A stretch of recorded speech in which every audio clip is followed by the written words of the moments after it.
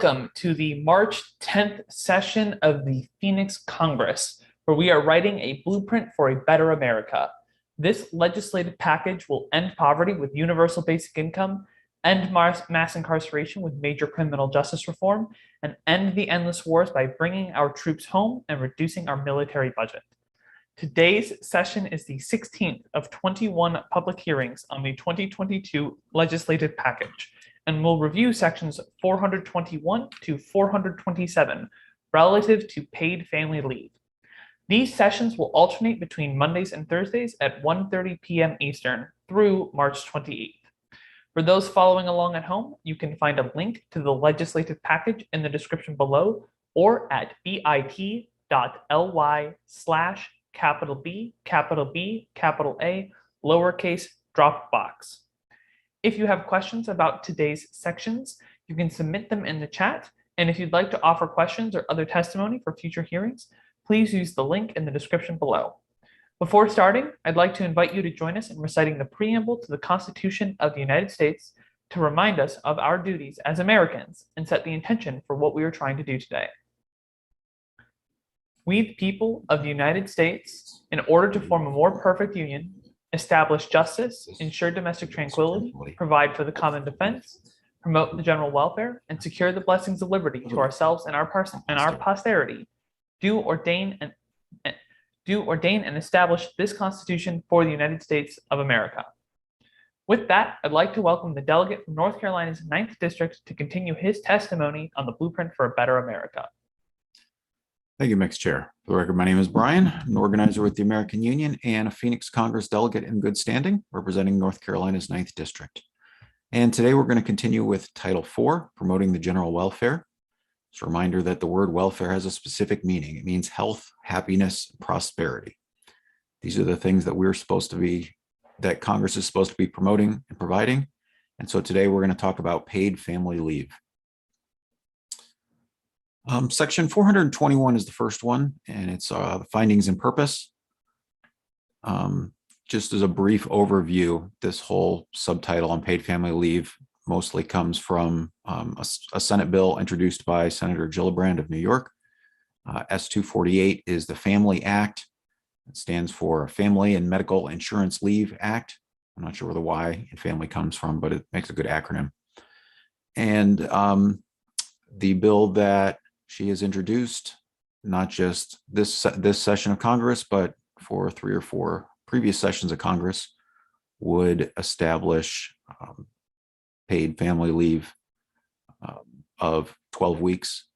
And in the blueprint for a better America, we go closer to global standards and bring it up to 18 weeks of paid family leave. I'd like to just briefly read the findings from section 421 into the record. Congress finds the following. 1, the United States is one of only a handful of nations that does not protect new mothers by providing paid maternal leave, which is a demonstrated way to reduce the infant mortality rate. Our rate in 2018 was 5.7 deaths per 1,000 live births, or more than 65% higher than the European Union average.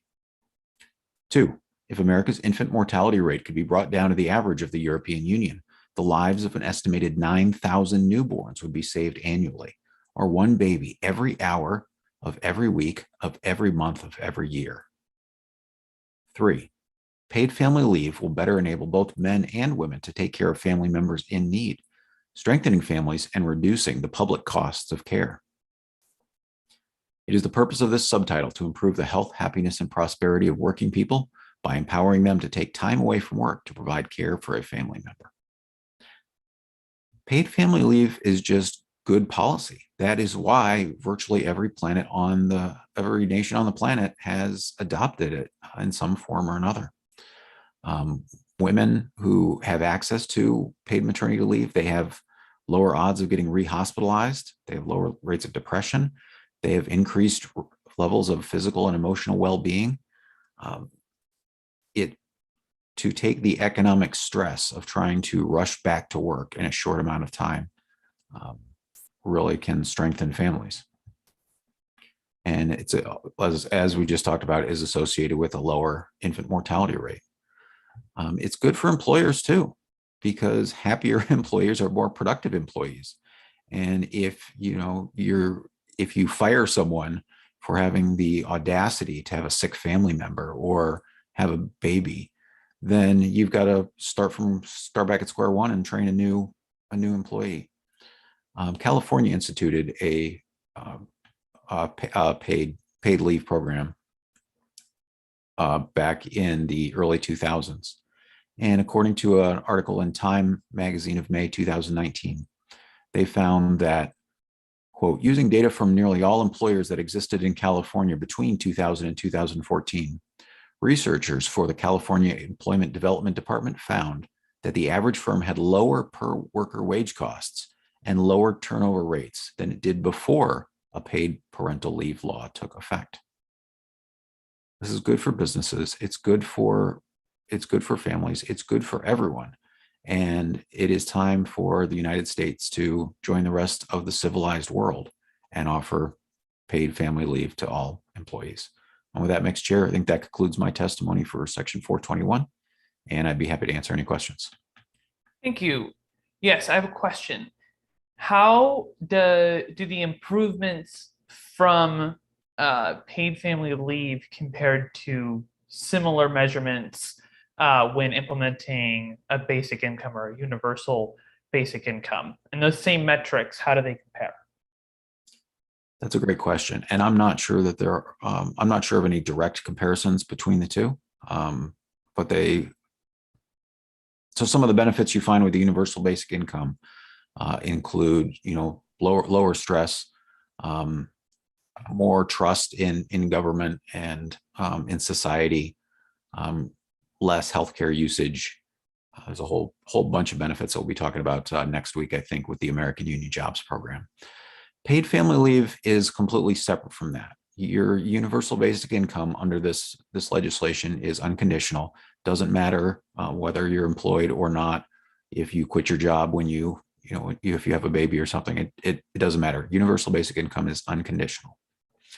The paid family leave only applies to paid employment. So if you have paid employment, or if you're self-employed, you'd be eligible under this subtitle. Does that answer your question? Sort of. Sort of, yes, that helps. Okay, thank you. Seeing no further questions, Section 421 is assigned to the Subcommittee on Findings. You may proceed to Section 422. All right, Section 422 is definitions. It's pretty standard stuff. There's just a couple that I want to touch on. One is, what is the definition of qualified caregiving under this section? And it's the same as what's under the Family Medical Leave Act, which is what we have now, that was passed in the 1990s, that allows people to take unpaid family leave and guarantees that large employers can't fire them for taking off up to 12 weeks. And so basically what this covers is anything under that, which is the birth of a son or daughter, the placement of a son or daughter with the employee if you adopt for adoption, to take care of a spouse, a son or daughter, a parent of the employee for a serious health condition, because of a serious health condition, for any qualifying exigency, that such as being called to serve in the armed forces. And so those are the things that would be qualified under paid family leave. The two other definitions I want to just touch on is there's a 90-day limitation period that you get paid for up to 90 days. You can use up to 20 of those days per month. So the paid leave would cover 4.5 months, and it starts after an initial waiting period. And that's the last definition I want to cover, is just the initial waiting period is 5 days, 5 caretaking days, or the end of the calendar month that you started performing caretaking duties in. So you can think of that as your deductible for these insurance payments. So with that, I think that concludes my testimony for Section 422. Thank you. Seeing no questions, section 422 is assigned to the Subcommittee on Promoting Well-being. You may proceed to section 423. All right. Section 423 creates the Office of Paid Family and Medical Leave. This is the bureaucrat that runs the show, a deputy commissioner. His duties are listed in subsection B, and it's the basic administrative stuff that you would expect. Hiring and keeping track of the records and things like that. Requires that they do fraud prevention. Requires that they provide information for employers so that employees will know about and use these benefits. And then last, requires them to make an annual public report sharing the number of people who use paid family leave and break down the demographics. With that concludes my testimony for section 423, and I'd be happy to answer any questions. Thank you. I have a question. Is this a new administration, or does this exist under an existing department, such as the Department of Labor or the Department of Health and Human Services? This would establish a new office within the Social Security Administration, and the office would be known as the Office of Paid Family and Medical Leave. And it's headed by a deputy commissioner appointed by the commissioner of the Social Security Administration. Thank you. Seeing no further questions, section 423 is assigned to the Subcommittee on Promoting Well-being. You may proceed to section 424. All right, section 424, getting into the meat of this. This is the family medical leave payments, and it's got a number of subsections, and so I'll just go through those briefly. Subsection A is who is, actually, let me just share my screen and we can go through these.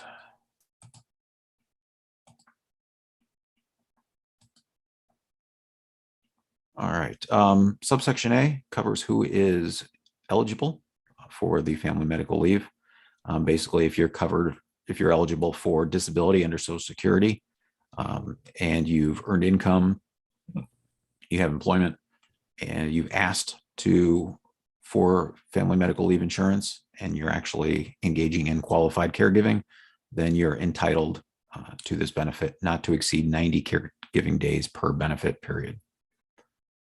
The benefit amount is two-thirds of what your highest annual salary was in the last 3 years.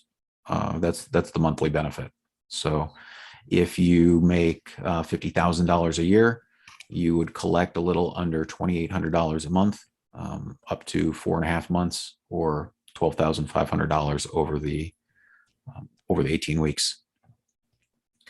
The maximum benefit is capped at $3,600 a month, and the minimum benefit is $600 a month. This will be indexed to inflation in 2025.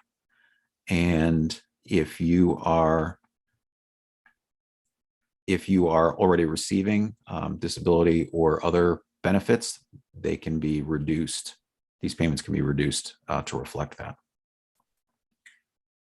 But it would not affect your Social Security benefits otherwise.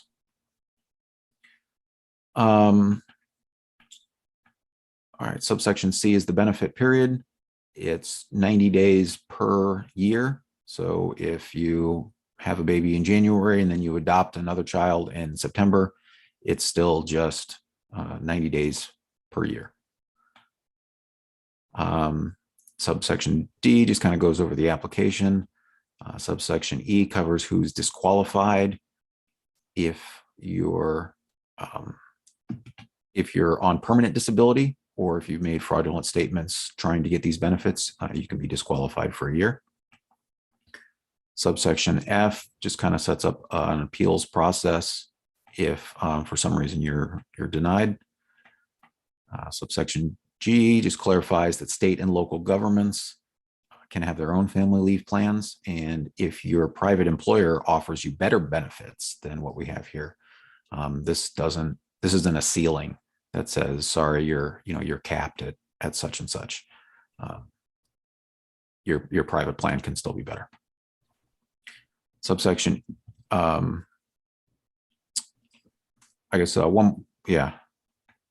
subsection H, that prohibits employers from firing or discriminating against an individual because they've applied for or indicated an intent to apply for family medical leave insurance benefits. And if that's violated, then you have a right to bring a civil action for damages, including attorney's fees. The commissioner would also be able to bring a civil action in that case.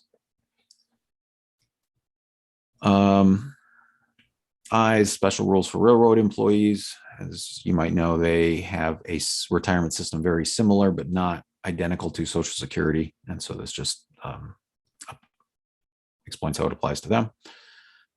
J defines the family terms for spouse and son and daughter, and defines families as where two adults are in a committed relationships where, quote, both individuals share responsibility for a significant measure of each other's common welfare. So if you say you're a family and you act like a family, you're a family. K just clarifies that the same Social Security provisions, the payment rules, they apply here. And we set an effective date. You can start taking applications on January 1st, 2024. And so that with that, I think, so let me just talk a little bit more in a little more details. You'll be able to use this family medical leave insurance for the things that that are needed to make your family stronger. So if you get sick, you don't have to worry about losing your job or all your income. If your spouse gets sick, your kid gets sick, especially with COVID and the crisis that we've been through in the last 2 years,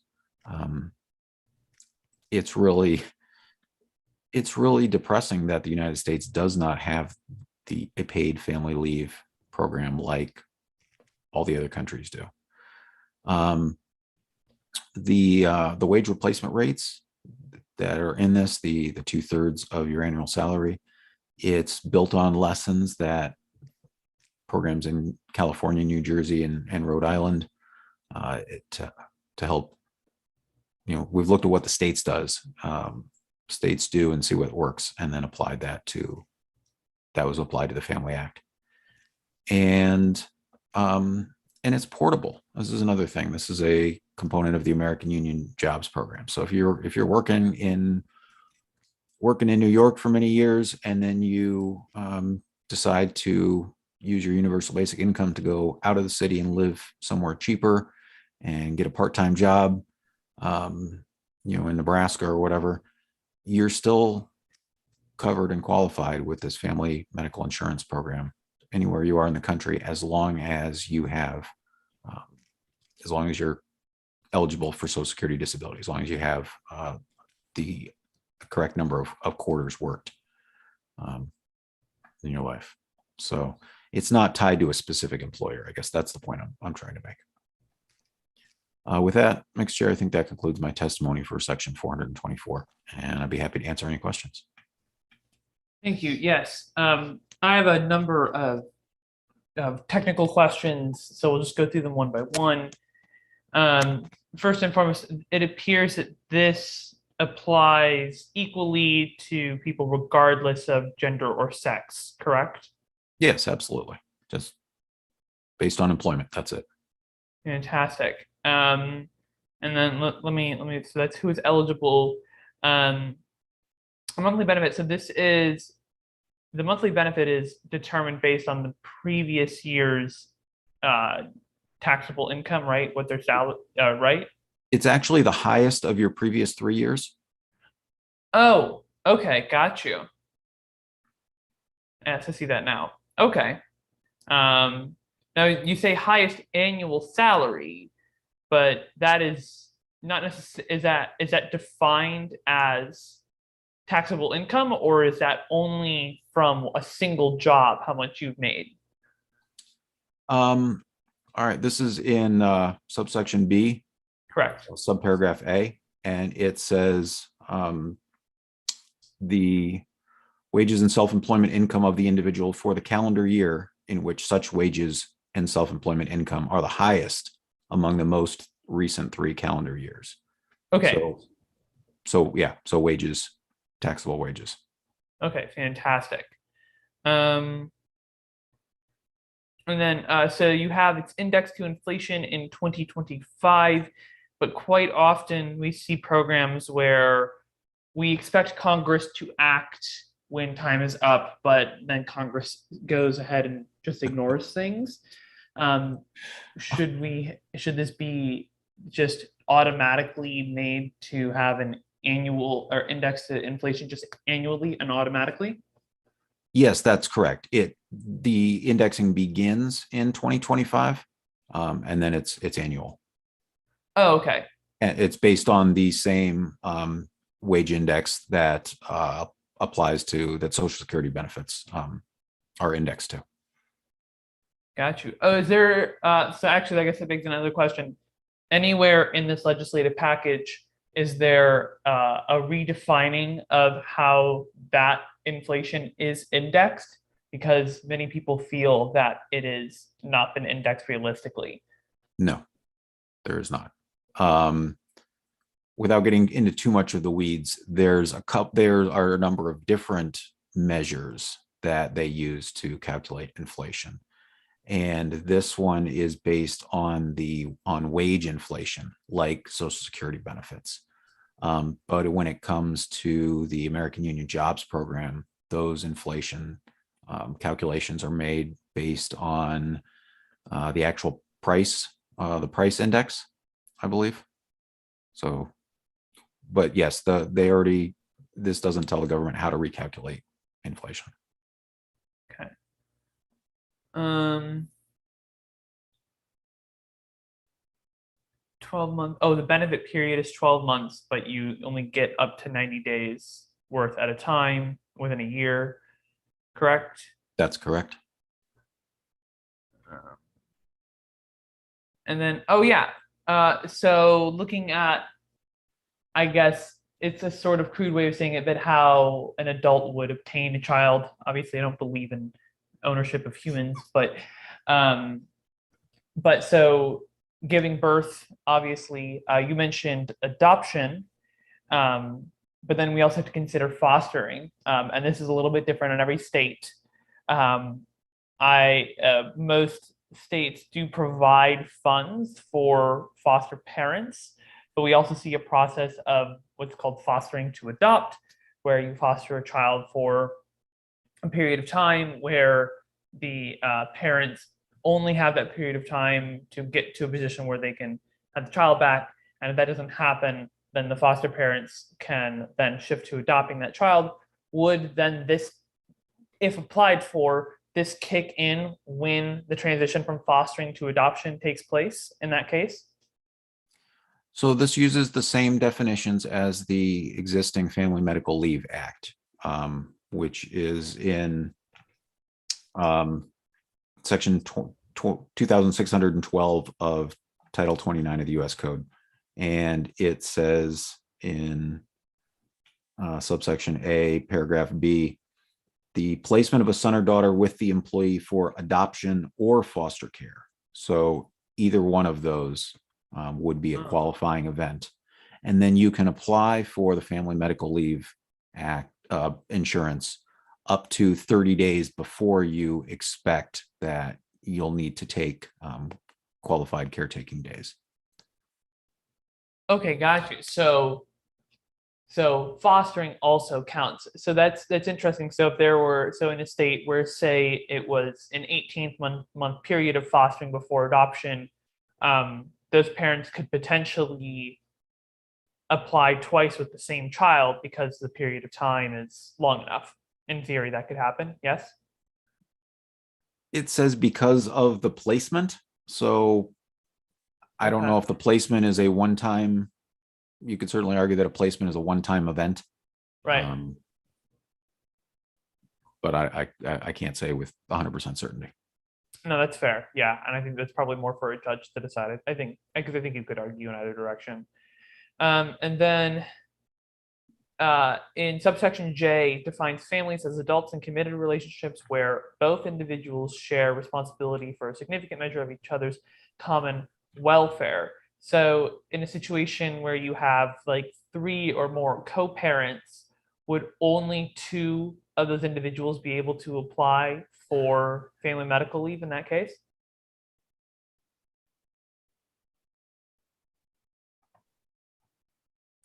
I don't have a great answer for you. A committed relationship is defined as between two individuals. Obviously, if you have three individuals, then you have three relationships of two individuals each.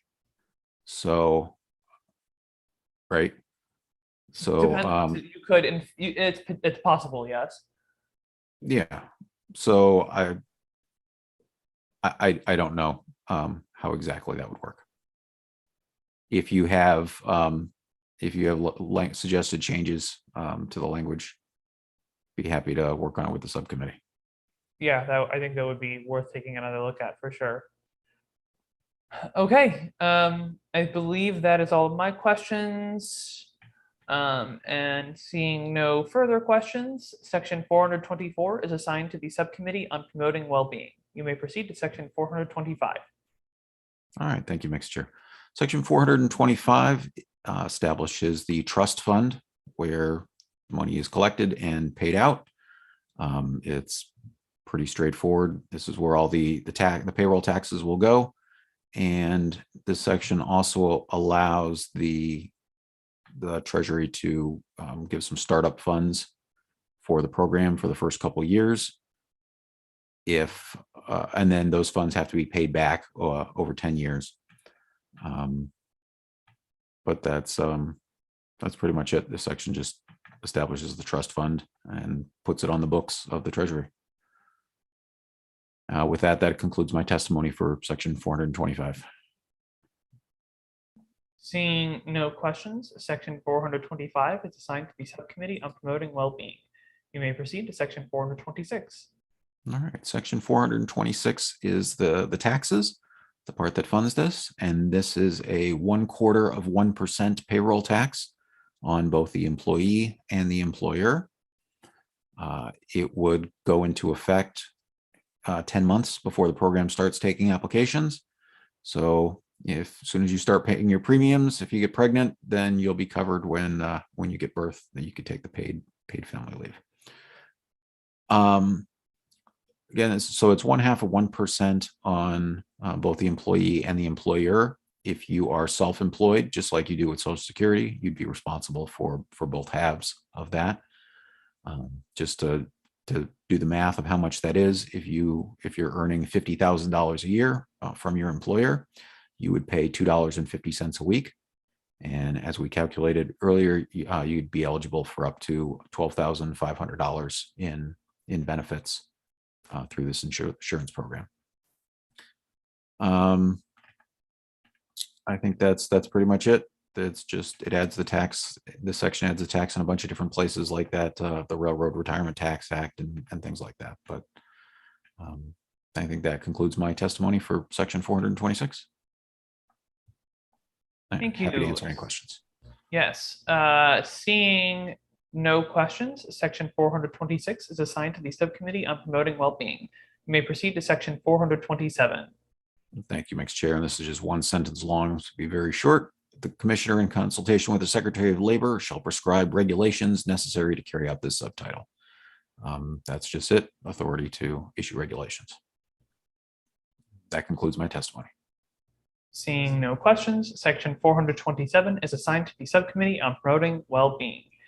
I'd like to thank the delegate for his testimony. Thank you, Mixed Chair. This is one of those subjects that, like, if you talk to people outside of the United States, they're shocked that we don't have this here. And it's time to fix this. This is very popular. I forget the exact percentage, but large majorities of people support this program, and it's time to actually pass it into law. And we can do that as part of the blueprint for a better America. Yeah, absolutely. Thank you. The next session of the Phoenix Congress will be held on Monday, March 14th. We will review sections 431 to 435 relative to digital treasury accounts and postal banking. This hearing is adjourned.